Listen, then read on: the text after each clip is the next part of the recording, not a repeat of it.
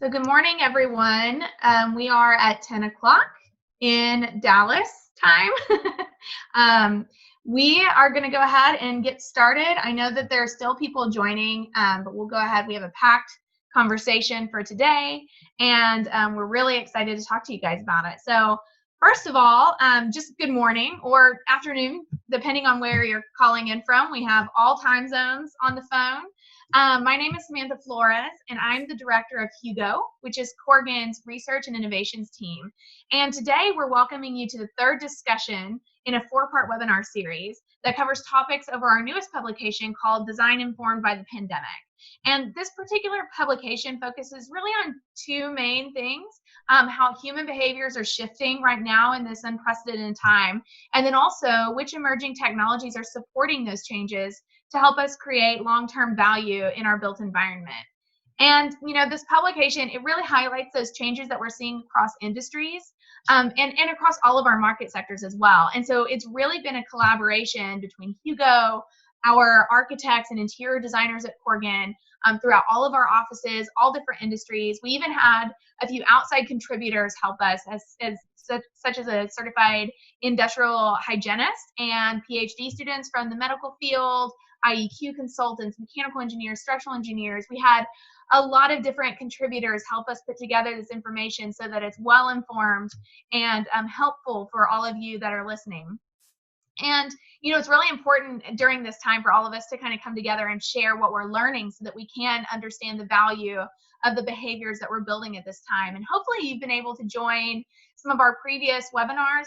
We had one where we focused on creating new value in design, and then also one in designing for trust. And today's session, we're going to talk about the way that this pandemic has already influenced the human state and our ability to learn, our ability to connect and create. And we're really examining how to leverage this unusual experience for greater advancements in our built environment that really reconsider those social norms and support our new best practices, such as minimizing touch points, mitigating the risks of person-to-person contact, managing flow, all at the same time, humanizing that experience. And so in this conversation, we'll share some thoughts about the evolution of the community-driven or congregational or really highly transitory environments, sometimes that by their very nature see hundreds or thousands of people a day. And just for your reference, these webinars will be recorded and they could be distributed to everyone after this call.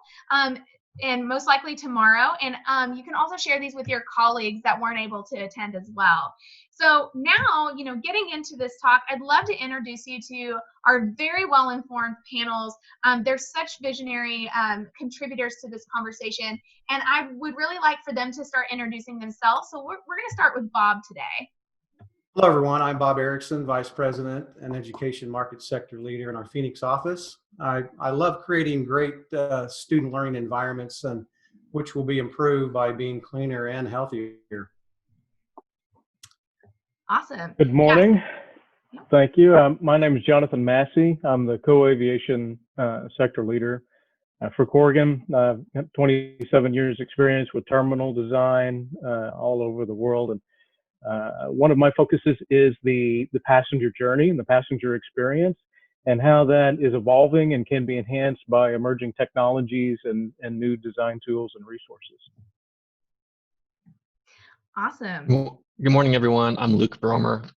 For some reason, my camera is not working this morning, so I'm working through that. But I'm a project designer in the commercial studio, primarily focusing on placemaking in the built environment. And I'm most excited for the opportunities today that lie ahead of us in shaping the workplaces that we inhabit daily and really designing healthy, safe, and engaging environments. Awesome. I'll go next. Hi, I'm Jacqueline Hunter. I am a design manager on our workplace interiors team here at Corgan. And I would say my role is really to advocate for change and growth, to encourage diverse perspectives on our teams, and really push our design boundaries and help propel human-centered design within the workplace. Happy to be here. Oh. Yep. I guess that leaves me. I'm Shelley Nichols. I work on our aviation team. I'm one of our senior interior designers and help lead our interiors practice on the aviation team. And as an interior designer, I just really see myself as a problem solver.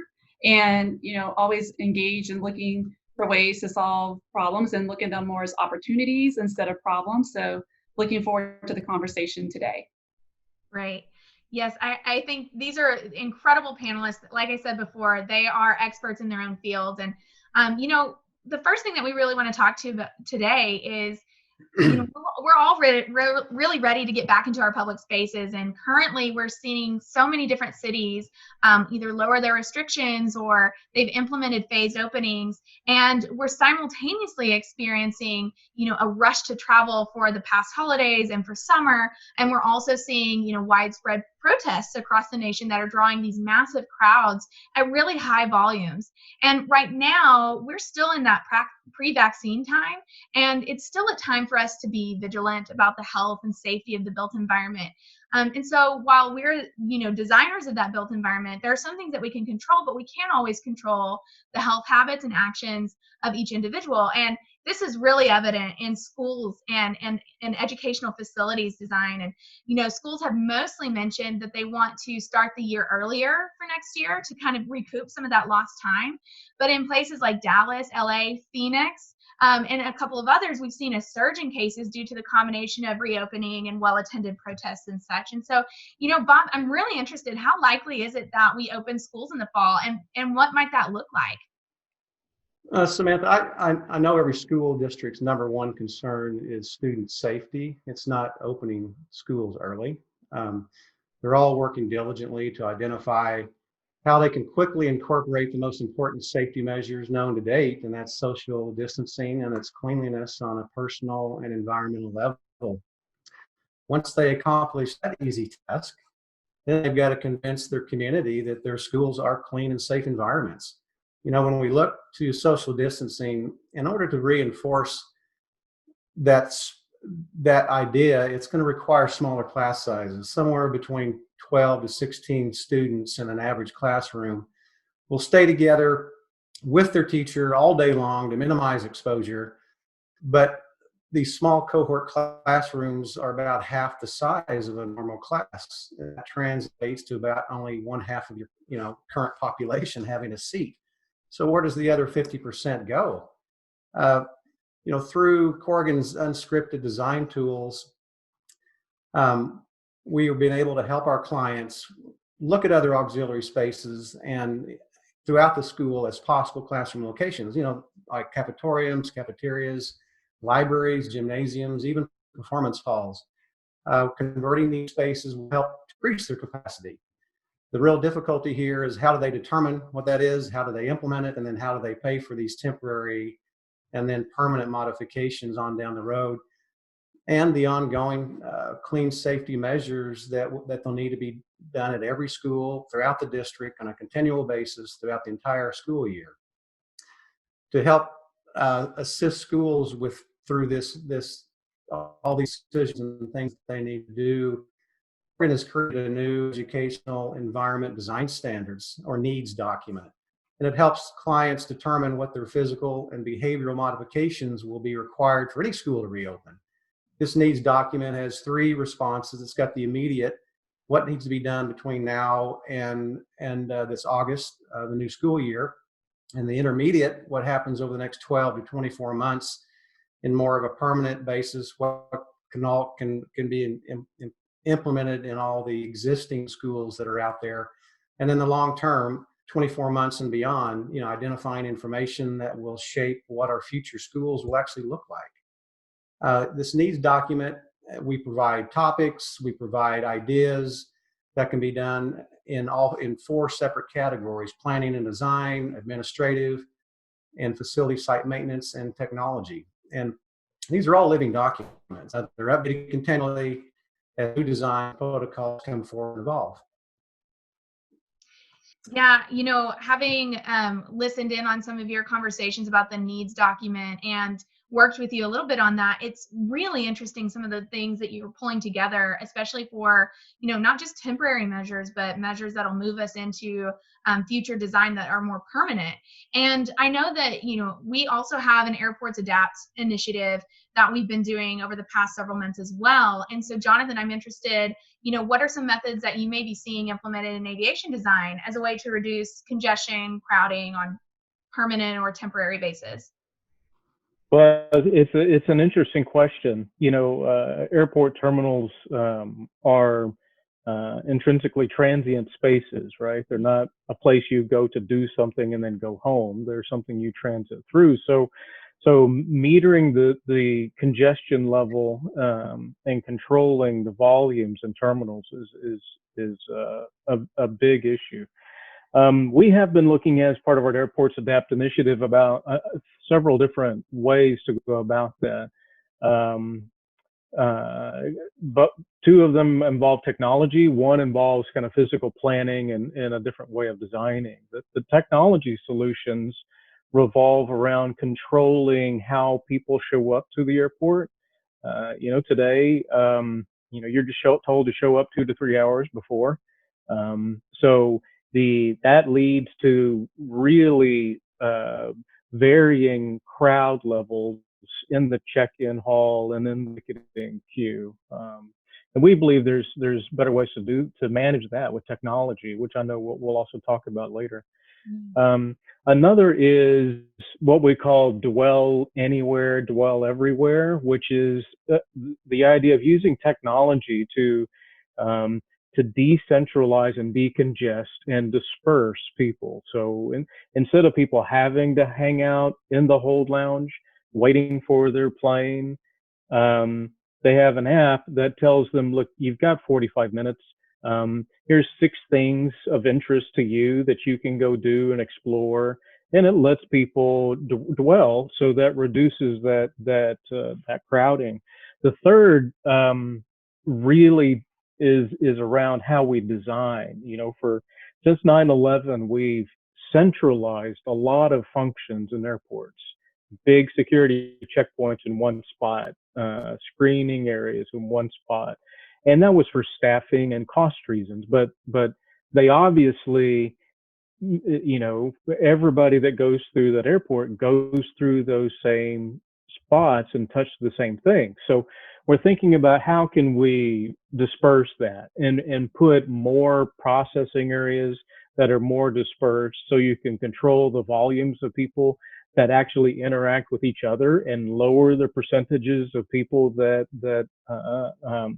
are coming in contact with everything else that folks come in contact with. So those are 3 big areas that we detail in much more greater detail in our Airports Adapt series. What's really interesting is what you're talking about are these campus-wide operational tools to help us change the flow of people and how, I guess, unconsciously change how they're behaving. And I also know that part of that unconscious behavior can be modified through furniture, which is much more personal and less operational. And I'm curious, Shelley, you've been working on the Airports Adapt as well, and you've been focusing on some of the hold lounge initiatives. And I'm interested, what are some of the modifications that you think are either temporary or might be here to stay? Well, that's a good point. Jonathan mentioned the dwell anywhere, dwell everywhere. But if someone does make the choice to dwell, in some of those high density spaces like gate lounges, we have been looking at some strategies on how to mitigate that. And, as the number of people traveling increases, we know that passengers are going to have some concerns about being in those high density spaces, such as the boarding areas. But I think really we've been looking at how do we give people control over their experience within those environments. I think that's going to be key in helping them to reduce their anxiety and allow them to feel safe in those spaces. So one of the things that we've been looking at to make them feel, comfortable and safe as they wait for their flights is to provide them, as I said, some choices as to where they dwell and how they interact with those spaces. So, prior to COVID, we were seeing some trends on bringing in more of a hospitality feel to the hold room by providing a wider variety of seating. I think we'll continue to see that trend move forward post-COVID, but I think it's going to be a little bit different focus now that we, are considering social distancing and then just the need for more personal space. And, I think that is something people are looking for. They're looking for more personal space when they're in those crowded areas. So whether is that 6-foot social distancing circle we've all become very familiar with, or, whatever makes the person comfortable, can provide some cues to the passenger on how to create those boundaries naturally for themselves through the design of the space. So this could take the form of, temporarily providing some wellness partitions between your existing seats in the hold room. It could also, further down the road, as we're looking at, maybe installing some new furniture, we could do some seats that have a little bit more of a personal space with high sides on the seats. We even suggested in our recent Airport Adapts publication that personal booths in the hold room may offer a seating option for those that are really looking for a higher degree of separation. Passengers may also seek out, a little bit different experience where they can get a higher level of service, maybe even a little bit more separation from the general public by choosing maybe to time in an airline or club environment. The clubs, they do face a similar challenge as the hold room, since they're a high density seating area, on how to maintain that social distancing. But they also have a kind of a unique challenge as well, in that they're trying to provide a very memorable lounge experience to their guests and this high-end hospitality feel. At the same time, they are looking at how do we intertwine that now with this healthcare need. So we were actually on the phone with one of our lounge clients yesterday, and that was a hot topic of discussion. So our Airport Adapts team is actually doing a deep dive into the lounge operation right now. And so be on the lookout, because I think we'll be publishing some more blogs and information on that soon. So awesome. We're definitely seeing COVID change how people use spaces. And that's really going to provide us the opportunity to rethink how we design those spaces and how people interact with space. That's great. Yeah, Shelley, we're actually seeing really similar situations in the workplace. You mentioned user choice, and I think that that's so important when it comes down to kind of establishing trust too for employees.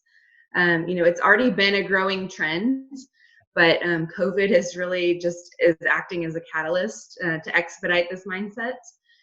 People inherently, they just want options, right? So, it gives them autonomy to the built space, and it also serves as an opportunity to reinforce that trust.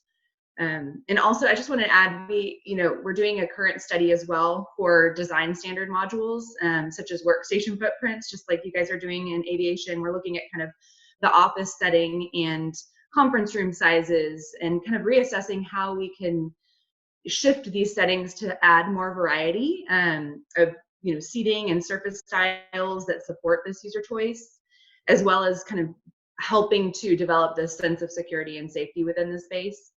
There's been a lot, you mentioned the barriers, and I think there has been a lot of discussion about these barriers between spaces. And we have clients right now that are asking for additional glass stackers to add to their existing workstation panels, or adding that in, whereas that was almost a falling trend, and now it's kind of coming back.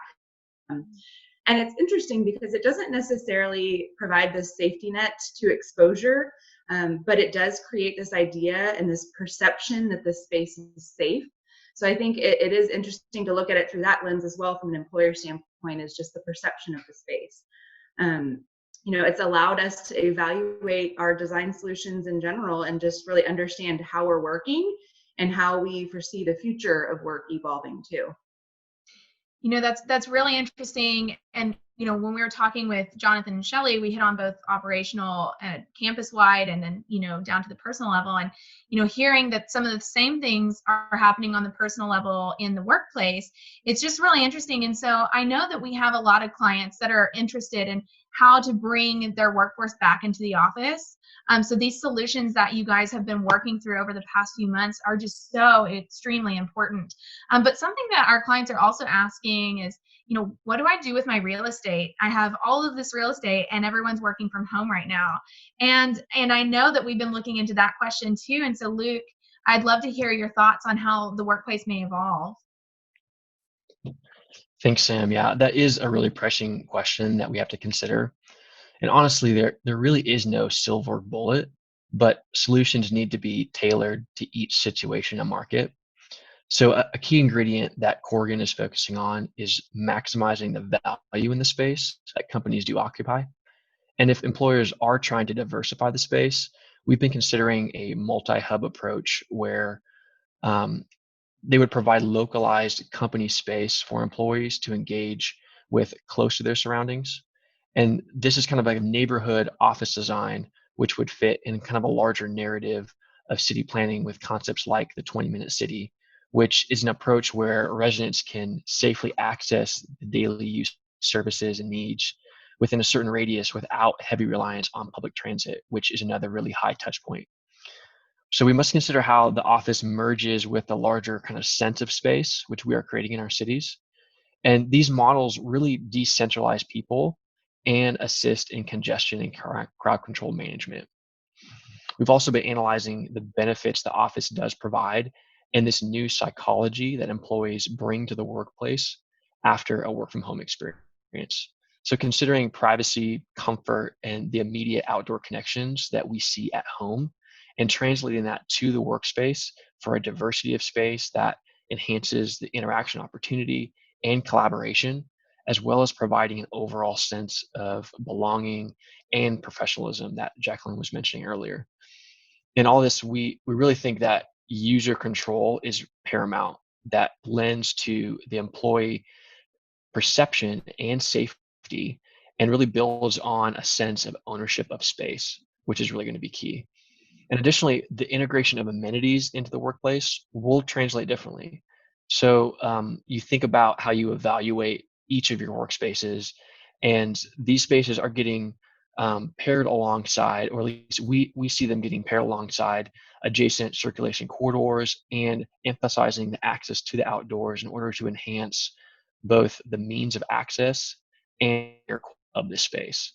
So the reintroduction of shared space is a shift in mindset that will affect the function and performance of the office amenities and better define that me versus we space that we typically plan for. Yeah, Luke, I want to chime in here real fast because you mentioned psychological influences that the work from anywhere model may have.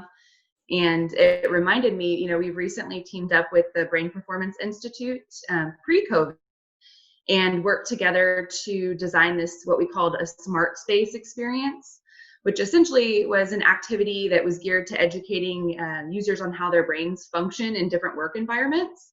We went into it, going into the study, we really went in to try to obtain this magic formula, if you will, that takes into account, social, learning, individual, collaborative, and allocates this desirable square footage for each of the spatial types.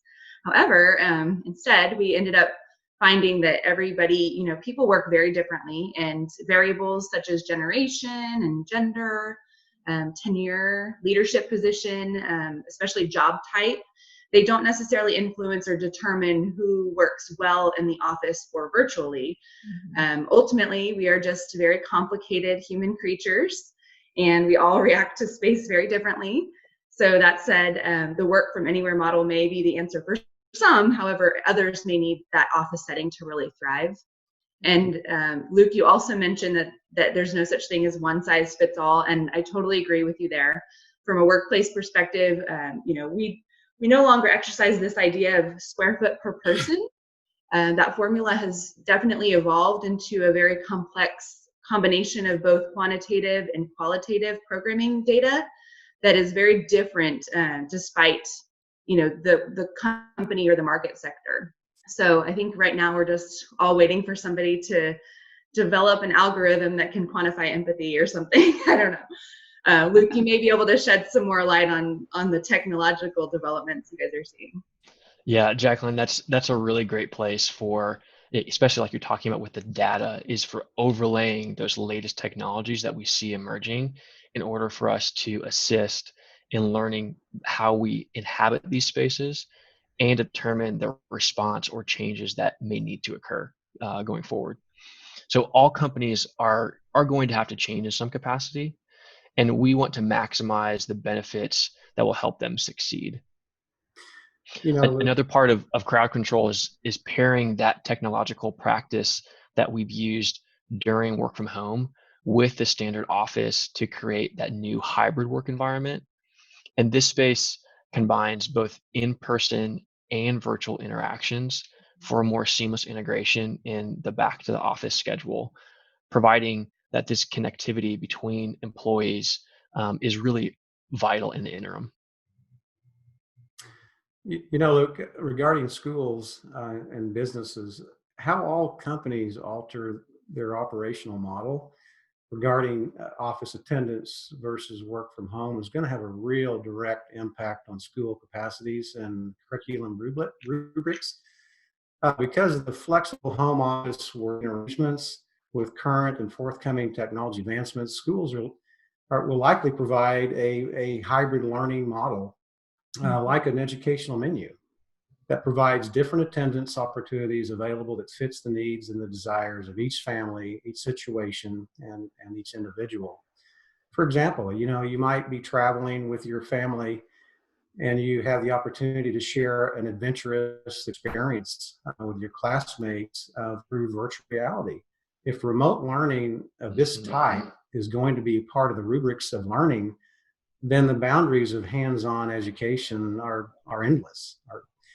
However, looking at the current resurgence of COVID, one thing is for certain: all schools must do now and that's to prepare for yet another emergency school shutdown, forcing everybody to be remote 100%. And that could occur at any point in the future. They've got to plan for the best, but prepare for the worst. Well, and there's an aspect of that, this entire conversation, that obviously impacts aviation and how people travel. And it's an interesting point in time that we're at. The traditional work model of 8 to 5, and then the subsequent traditional school model of 8 to 3 is all based off of early 20th century requirements when people converted from agricultural into industry and needed to work on an assembly line all at the same time in the same place doing the same thing. And that drove so much of how we are today. But now that we're in a service mode, at least in the U.S. economy, is highly based on service instead of manufacturing.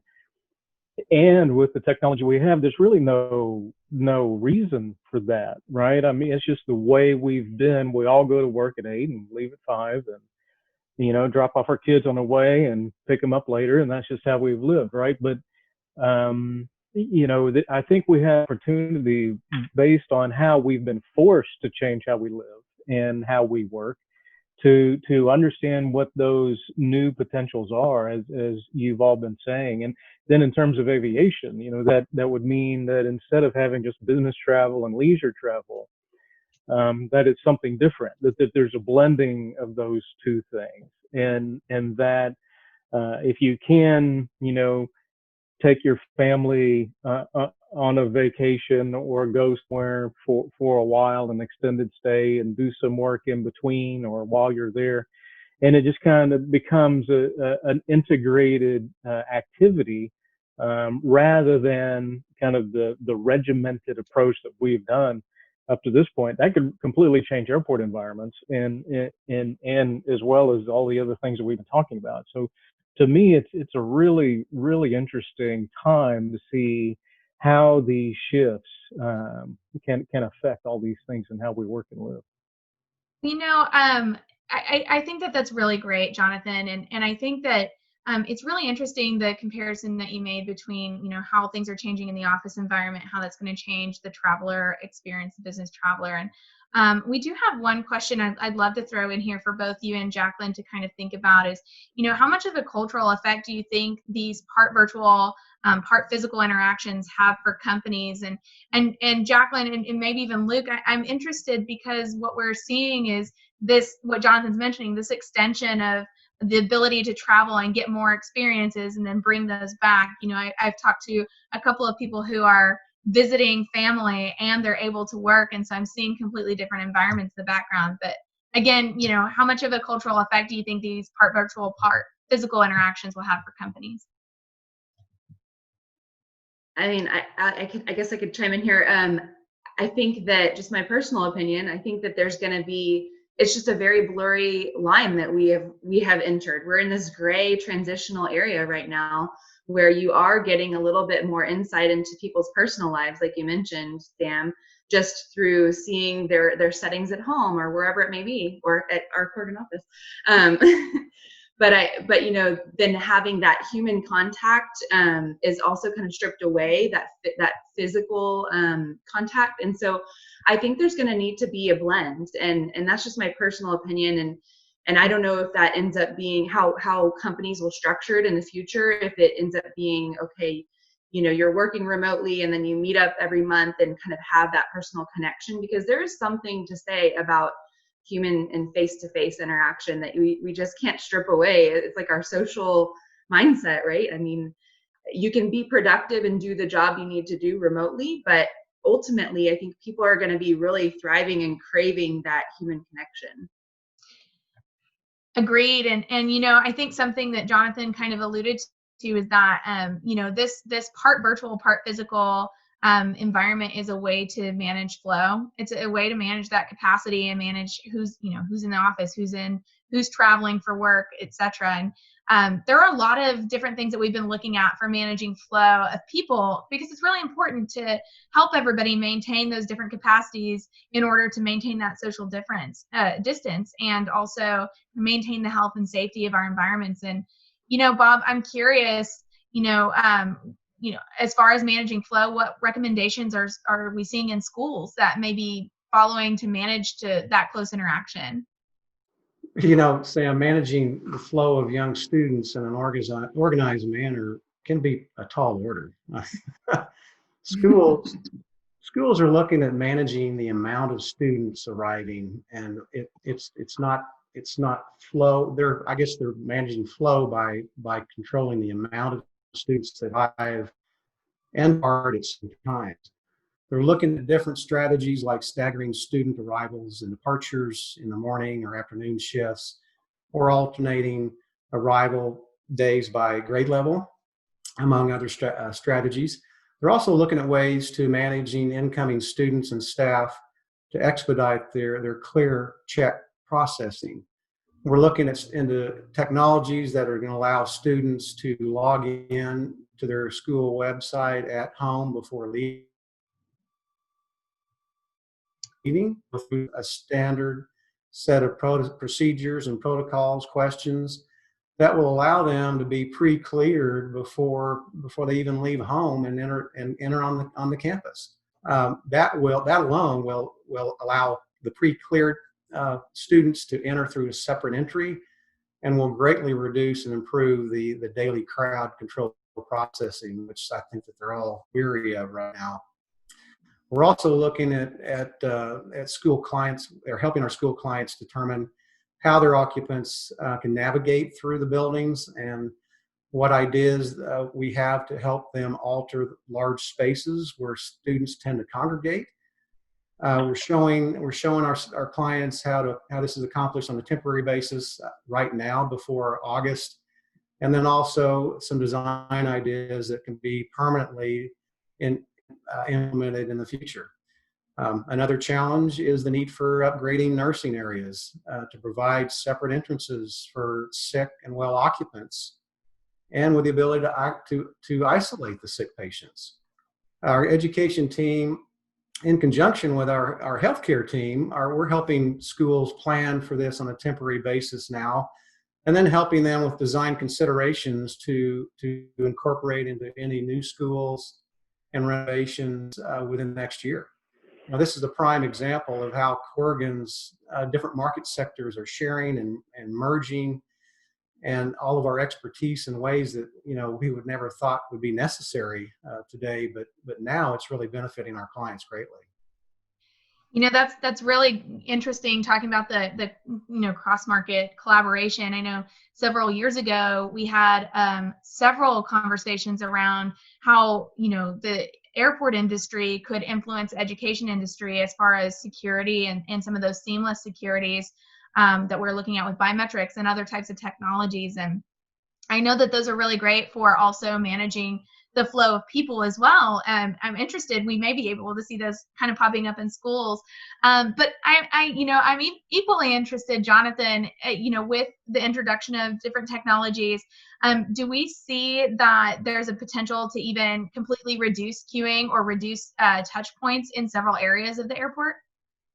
Well, absolutely. And that, to be frank, that opportunity has existed for a while. There's a series of biometric-based technologies, facial recognition and things like that, that if employed at certain places, like security checkpoints, for example, could greatly reduce queues and enhance the passenger experience. But to make a point, necessity is the mother of invention, right? So, talking about 9/11, for example, after 9/11, many of you will remember that there was a government program after 9/11 to put explosive screening machines in all the airports in the United States, and that technology existed before 9/11, but because of the horrific events and the scale of the impact to the aviation industry, all the stops were pulled out, and it was moved forward rapidly. One of the things, at least I'm hoping for, is that we as an industry can find a way to recognize the potential of biometrics and some of those touchless electronic technologies and employ them to their fullest extent, because there's a tremendous opportunity to put those into the airport environment to lower stress and increase control. The biggest impediments to what we call passenger experience is stress and lack of control. And if you could imagine, just being able to walk through the building in being scanned, but it's imperceptible. It's a camera in the ceiling that's just scanning your face as you're walking through and saying, no, this guy's okay. There's a whole lot of other things that need to happen, behind the scenes related to that, regulatory and legal and data management and things like that. But if we can capture the promise and the potential of biometrics and these emerging technologies in terms of managing flow and improving passenger experience, we could see a real renaissance in terminal spaces over the next decade. Something that you said really resonated is that we could leverage these technologies that we've been studying for years and been, finding new ways to implement for years. We can use them to manage stress and anxiety, to allow autonomy for users, to give users an ability of choice. And I think, while that is looking at an emerging technology for some of those solutions, one of the questions that came through, I think, kind of also responds to the same things. And the question is, for airports, are they looking at adding outdoor holding areas? And I see that being a non-technology way of leveraging something we've been looking into for years to allow us to reduce anxiety, to allow that autonomy, to give that ability of choice and that ability to social distance. We have a lot of trust in outdoor spaces right now. And so this could be a catalyst for those. And, both Jonathan and Shelley, I'm curious of your thoughts to this question. Well, it's a good question, and actually, I saw it pop up as well. And there are examples of airports that have employed outdoor areas for passengers to enjoy. The challenge is usually finding them, right? For example, Singapore has a butterfly garden that's outdoors on the concourse, but I'm a pretty savvy traveler, and it took me 45 minutes to find it one day while I was in Singapore. So, one of the challenges is, yes, that is a real tool that we can use, but we can leverage technology to let people know where those things are, how much time they have to enjoy them, and so that those things are really, really beneficial. Okay. Well, thank you, Kelsey, for that question. And Shelley, I'm interested, what would that change in the hold room environment? You were talking about that diversity of seating and choice, and Right. yeah, I'd like to hear your thoughts. As Jonathan mentioned, there are some airports that already have those outdoor spaces, and to his point, sometimes they're hard to find. And even some of our lounge providers, we've seen them providing outdoor spaces. And I know personally, I'll be the first one to gravitate towards an outdoor space if it's provided as a choice for me. And I think a lot of people going back to choices and more people feel safe. You hear a lot of talk right now. People feel safer outside in an outside environment than they do in an indoor environment. So I personally would like to see that happen in the future, and hopefully that's a trend that we see start. For sure. Sure, that'd be great. Part of trying to figure out what users need and what we as designers can implement in the space is really kind of observing and following them and learning their habits and asking them in most cases what is it that they're looking for, what they need that we're not providing. And a good portion of going through that as a designer is really journey mapping that solution in our designs. And it's a great way to daylight where users interact with high touch surfaces as well. And, in the built environment, we need those areas to respond to our users in the best way. And high touch surfaces, it's really important that maybe we find ways to remove these. And I think, Luke, you and your team have been looking into this a bit, and I'd love to hear your thoughts on this subject. Yeah, Sam, you're right that it's a really helpful practice to recognize high-touch surfaces. So simply put, journey mapping is tracking an individual's path either to, through, or from a specific space. And each location is going to bring factors based solely on the contextual density. So a dense, urban city center per se poses a higher risk factor than a sprawling suburban business park. And the subsequent interactions with the built environment add complexities to an individual's journey to and from the workplace. So for instance, means of mobility, either public transit, personal vehicles, rideshare, or walking, all vary in getting someone to the building. So companies first need to consider their direct context. Within the building, we have factors like building access, overall indoor air environments, and connections to the outdoors, like both Shelley and Jonathan were talking about. And there are two ways in which we're considering these touch points. The first being real-time tracking through sensors and monitors in the physical space. And this leverages a GPS device to create a network of nodes that will collect data from specific desk layouts to conference rooms or amenity spaces. The second being virtual simulation through digital twin technology, which is a digital representation of the built environment. So by replicating a physical building, various systems or scenarios can be tested on a case-by-case basis in the digital space to see the affecting outcomes. And both of these ultimately enable information transparency to the end user about the environment, which is really important right now for all companies. So factors like occupancy, utilization, comfort can collectively provide a layered defense approach. So knowing effectiveness of design layouts, companies can gauge the efficacy rate of their space and the desired rate of reoccupation. Tracking the most used or underutilized spaces can target cleaning schedules and help aid in reconsidering functional use if necessary. This can answer the question of what are the appropriate densities for each space. And then collecting CO2, temperature, humidity, light, and even noise levels give a performance snapshot of the building comfort that is provided in the space and what system modifications or upgrades are necessary.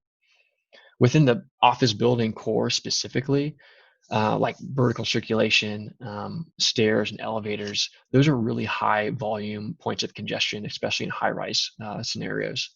So for elevators, we've actually seen many manufacturers bringing new products to the table that have a more tech-friendly service platform and offer less high-touch services like voice-activated controls. This enables passengers to actually call a cab through voice commands or their personal smartphone for a hands-free approach. And then for the stairs, we're seeing opening up access to these spaces to emphasize use, bringing in natural light, increase the air exchange within the stairwells so that people can be directed to these areas and allow for safer movement between various levels. Yeah, and Luke, I would just like to add, you know, there are several different ways that we can manipulate crowd control and reduce high touch surfaces. You know, you mentioned looking at building access points and circulation paths. You know, that's definitely low hanging fruit. And I would say, when I think about that, I think of IKEA. They're a prime example of how you can really maneuver crowds through an environment using just informational and directional signage, and strategically placing these porous areas within the space. So that's one approach. We also, from the workplace end, we're seeing companies that are looking at ways to stagger shift times. You know, that's one way that you can kind of manipulate the crowds coming in and out. We're seeing occupancy limits posted in meeting spaces, and having, you mentioned occupancy sensors as well. And products, I think this will be really interesting for product developers out there this era, because I really foresee them beginning to evolve in adopting this idea of gestural technology solutions. I mean, this has been around for a while, but I think, again, this is just the perfect opportunity that can really be embedded into their products and start encouraging that touchless processing. You know, we're seeing it with plumbing fixtures already, but maybe in the future we'll see voice activated room schedulers, or, you know, gestural refrigerator doors, for instance. So I'm interested to see how that all develops from a product standpoint. And then, you know, from a workplace perspective, again, companies have more control over how they're managing time. As you mentioned earlier, Jonathan, the 8 to 5 is kind of like so 2003, right? This could look like reevaluating meeting structures. You know, now that most of us have experienced virtual meetings, we may adopt these new approaches moving forward, depending on the meeting type. So is it truly necessary to take a day trip flight for a meeting that could take place virtually? You know, that said, again, there's no replacement for human connection and experience in person. I think we'll probably see a hybrid of meeting types moving forward. Yeah, I definitely, you know, I'm interested to see how that all evolves. I mean, a lot of what we do, we feel like it happens face to face, especially with collaboration. Something that you said, though, kind of struck me, and you mentioned the gestural technology refrigerator, which I would love to see, but also you mentioned how it's just kind of, you know, we expect our gestural technology in the restrooms, and you don't really think about it until you think about it. And I think we're all very thankful for that gestural technology in the restrooms. And I'm interested, you know, Shelly, I know with the airport adapts, you guys have been looking into a lot of that information as far as reducing those touch points. And I'm wondering, there's some, you know, easy measures to upgrade, or are there some things that we're looking at where we're removing high touch surfaces together? Right. You know, I think as Jacqueline mentioned, it's going to be an interesting time going forward to see what new products come out, you know, especially for restroom fixtures. And, you know, we've all been moving toward a touchless environment in the restroom anyways. No one's really interested in touching anything in a public restroom. So, you know, we've all been familiar with automated fixtures, you know, faucets, soap dispensers, paper towels, flush valves, those kind of things. But some of the things I think we'll see coming, you know, is maybe touchless stall doors, touchless restroom doors. Like, you know, basically you can have a full touchless experience from entry to exit in a restroom. And then you had mentioned also surfaces, and that's a big thing to look at in restrooms as well. It's not only the fixtures, but the surfaces within the restroom. How do you make sure that, you know, the surfaces are staying clean? So there's different ways to mitigate that, and we've been looking into that as well, as far as the types of materials and how even just reducing the number of surfaces in a restroom. So maybe we don't provide shelves anymore for purses. Maybe it's a hook instead, or, you know, just those kind of strategies we're looking at. So additionally, you know, we've been looking at, Jacqueline mentioned the IKEA circulation model. So maybe something like that for restrooms as well. One entry, one exit. You're forcing everybody through a one-way circulation path in the restroom, which will also help, you know, create that touchless environment. And even increasing the stall sizes. This is generally best practice in aviation design anyways, so that people, with luggage can get into the stall and close the door. But I think we'll continue to see that as, with social distancing, just create a little bit more privacy and personal space through the stall size. So even, some more progressive ideas that we've been looking at are kind of interesting. We were playing around this idea of, okay, so what if we kind of, moved away from the traditional men's and women's restroom and went more to a single occupancy restroom that could potentially, we could either group those in large banks like you typically see restrooms in airports now, or maybe we disperse those for a little bit more decentralizing and crowd control. So they're at more frequent intervals along the terminal. But as part of going to that single occupancy restroom, what would go hand in hand in that is more of a communal hand washing facility. And, that's one option that we've been looking at. Whether if you do stay with the traditional men's and women's restroom, you could even start adding more hand washing facilities outside the restroom in the open terminal that would just help reinforce, the CDC guidelines for more frequent hand washing. So that we would all, like to see. It gives you access, to those sinks real quickly without having to go into the actual restroom facility. So we've even had one client already ask us to start looking at this type of model in their terminal, spacing sinks out at 200-foot intervals. So I think we will start seeing this approach in airports in the future. So, Shelley, that's interesting what you mentioned about the new sink locations. Locating the hand washing sinks in hallways of multi-use restrooms is fairly commonplace in elementary schools. However, these upgrades would need to be done in all middle schools and high schools. And of course, the technologies for touchless sinks and toilets are already in commonplace in schools, but if not, they can be easily retrofitted. Regarding doors, most elementary school restrooms are multi-use and they're doorless. However, hands-free doors would need to be installed again in most middle school and high schools. And any new doorless designs would need to address. A big improvement that could be installed at all your multi-restrooms is a multi-restroom occupancy sensor that would allow and monitor when the restroom is full. This would allow students and give them notice before entering the restroom, and they could maintain social distancing as they queue up to go in. Regarding the main door entries, can be modified a lot like you see today, similar to ADA entrances. That's not a real big issue. However, interior doors, including classroom doors, may need to remain in an open position and or controlled only by teachers and staff personnel.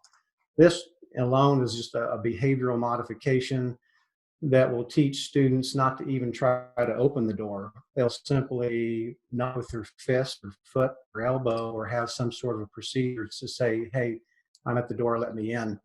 Other items like handrails and wall corners and windows and common objects that children always subconsciously are touching all the time will simply need to be cleaned continually throughout the day by our roving cleaning staff members. It's great that we're looking at these sometimes very insular examples or humanizing examples. And, sometimes it really does take a big change like a pandemic to see ourselves and the world around us and, kind of with clearer eyes and a more open mind so that we can kind of lift the hazy normalcy of that routine of design and really think about these new opportunities like what you were saying, Shelley, with those single occupancy restrooms. I haven't seen that in many airports, and I think I would take advantage of those at this point in time. And I think right now is really a good chance for reflection. We can decide, where we want to go, what we want to carry with us into future design opportunities, and really kind of what we need to leave behind. How should we be educating? How should we be working, traveling, living? What's possible? And I think, if we've learned anything from COVID-19, it's that it's really been a catalyst for change. Jacqueline, I heard you and Jonathan both say that. And, it's nice to know that it's a catalyst for change, but it's also really important to remember that this pandemic didn't force us into this new lifestyle. We were already headed in this direction. Most of y'all talked about that before. We've been doing this research for years, and that's why it is a catalyst for change or adoption. And so I'm interested, with the few minutes that we have left, what are some of the opportunities that you guys are seeing and starting to see emerge in the design of our buildings moving forward? Well, I'll jump in real quickly. I think, as you said, Sam, there's been obviously this exponential growth in emerging technologies and what it can do in our lives. And up to this point, really what we've been trying to do is to adapt the way we live today to incorporate those things, right? But during this pandemic, we've had to adapt how we live. And so, I think there's a huge opportunity to pause and rethink the fundamentals of how we do things on a daily basis, and then begin to truly leverage, our emerging technologies and new tools to chart a better, more productive future. But, so as examples within aviation, as mentioned earlier, using more outdoor spaces, creating them as sort of places to meander through, not to have to queue, do a process, walk, queue, do a process, walk, have them be more just of a public, gathering space. And there's really no reason we can't do that. But I think that's the challenge in front of us is to have that mindset and try to make that happen. Let me say something about the educational vibe. Utilizing the exterior environment it's on everybody's mind now. It's cleaner, but that's a natural process in any STEM collaborative education. Designing several open air pavilions that are sized for a classroom setting can provide a comfortable protective shade structure that's suitable for exterior classroom activities. This provides great opportunities to introduce STEM curriculum into schools that have not had the benefit of getting STEM program. Is the new schools are getting it, right? But this provides a great opportunity to introduce STEM curriculum into those schools. They can approach STEM learning from looking at it from a different realm. If you're outside, you can look at STEM learning from kind of an outside in instead of an inside out, starting with the end product. How does it work? How does it flourish? And then learning and going and learning from the inside, and how that end product is designed, and discovering those steps in a backward manner back to the beginning of the design. So there's different ways you can learn how to create and how to have a great product. These new outdoor classrooms can be tied into a STEM collaborative curriculum, not to mention providing students with a better, cleaner environment outside, right? Yeah, I just want to add one comment. Looking at all of the different, sectors, whether it's aviation, healthcare, workplace, there's this common thread. There's a desire for amenities and flexibility and user choice. People want to have that option. And I would imagine that eventually options will just become integrated into the brand of the companies themselves, or the schools themselves that help tailor your direction. And now more than ever, people are becoming more and more aware of the influences that actual space has on their personal well-being, which makes it even more and more pivotal for us as designers and architects to paint a landscape that really supports this mental and physical health. COVID has expedited this work from anywhere model as well, as we mentioned before. So we're really blurring the lines of work and home even more. So I would anticipate seeing a reflection of these considerations moving forward in most sectors.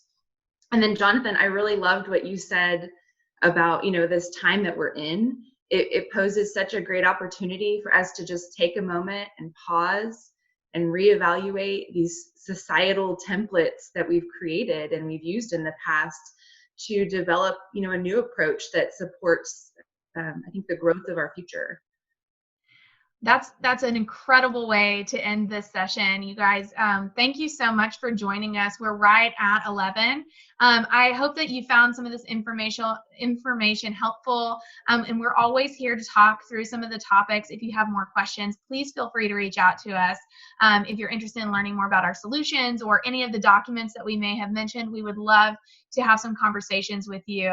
And as mentioned, you can access this publication from our blog at Corgan.com, and we will be following up tomorrow with a link to this webinar, as well as a couple of other links to our publication and some links to our existing webinars as well. So thank you so much, and thank you to our amazing panelists. We really had a fun conversation today, and thanks for staying tuned, and we hope to see you at our next webinar session.